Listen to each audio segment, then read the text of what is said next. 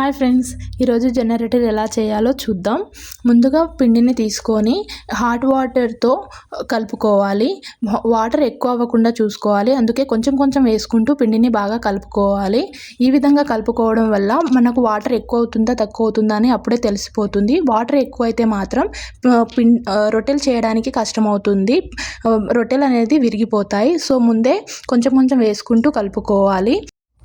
జొన్న రొట్టెలు తినడం వల్ల చాలా యూస్ ఉంటుంది. హెల్త్ చాలా బాగుంటుంది. వెయిట్ బ్యాలెన్స్ అవుతుంది. అలా మరి వీక్ అనిపించదు. మన డైలీ ఫుడ్లో జొన్న రొట్టెలు ఇస్ ద బెస్ట్ ఆప్షన్ అని చెప్పొచ్చు. కొంచెం ఓపిక తెచ్చుకొని చేసుకుంటే మాత్రం హెల్త్ చాలా బాగుంటుంది. ఈ విధంగా వచ్చేలాగా కలుపుకోవాలి ఫ్రెండ్స్. మా స్నేహ అయితే రోజు నైట్ ఇవే కావాలంటది ఫ్రెండ్స్. టార్చర్ చేస్తుంది నన్ను చేయమని. దానివల్ల నాకు ఫుల్ ప్రాక్టీస్ అవుతుంది రొట్టెలు చేయడం ఫ్రెండ్స్. ఒకసారి చేయను అని అంటే మాత్రం అలిగి కూర్చుంటుంది ఫ్రెండ్స్. ఈ విధంగా పిండిని రౌండ్గా చేసుకొని చేత్తో ఇలా చేసుకోవాలి.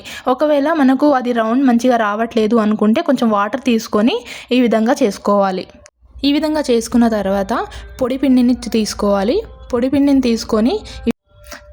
తీసుకొని చేత్తో కొంచెం చిన్న రొట్టె వచ్చేలాగా ఒత్తుకోవాలి ఫ్రెండ్స్. అది ఒత్తుకోవడం వల్ల మనకి రొట్టె చేయడానికి ఈజీగా ఉంటుంది. రొట్టెకి కింద పైన పొడిపిండిని తీసుకోవాలి. అలా పొడిపిండిని తీసుకొని ఇలా చేత్తోని నొక్కుకోవాలి. రౌండ్గా వచ్చేలాగో నొక్కుకోవాలి. ఒకవేళ పిండి కింద అతుక్కుంటుంది అనిపిస్తే రొట్టె కింద కొంచెం పొడిపిండి తీసుకోవాలి.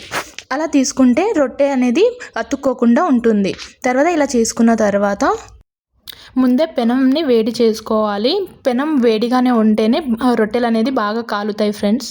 పెనం పైన వేసే ముందు చాలా జాగ్రత్తగా ఉండాలి ఫ్రెండ్స్, లేకపోతే రొట్టెలు విరిగిపోతాయి. పెనం పైన రొట్టె వేసే ముందు కొంచెం వాటర్ చల్లుకోవాలి. అలా చల్లుకోవడం వల్ల రొట్టె పిండిగా అవ్వకుండా ఉంటుంది. రొట్టెని కాల్చేటప్పుడు స్టవ్ హై ఫ్లేమ్లో పెట్టుకోవాలి. స్టవ్ హై ఫ్లేమ్లో ఉండడం వల్ల రొట్టెలు బాగా కాలుతాయి. రొట్టెని కాలుస్తున్నప్పుడు ఈ విధంగా వాటర్ చల్లుకోవాలి. రొట్టెలు సైడ్స్కి మంచిగా కాల్చుకోవాలి. అప్పుడే మనకు టేస్ట్ అనేది చాలా బాగుంటుంది. రొట్టెలు చేయడం అయిపోయింది ఫ్రెండ్స్. ఈరోజు మా ఇంట్లో మెంతం కూర ప్లస్ రొట్టెలు చేసుకున్నాము. రెండిటి కాంబినేషన్ అయితే అద్రిపోయింది. ఈ కాంబినేషన్ చాలా బాగుంది ఫ్రెండ్స్. మీరు కూడా ట్రై చేయండి.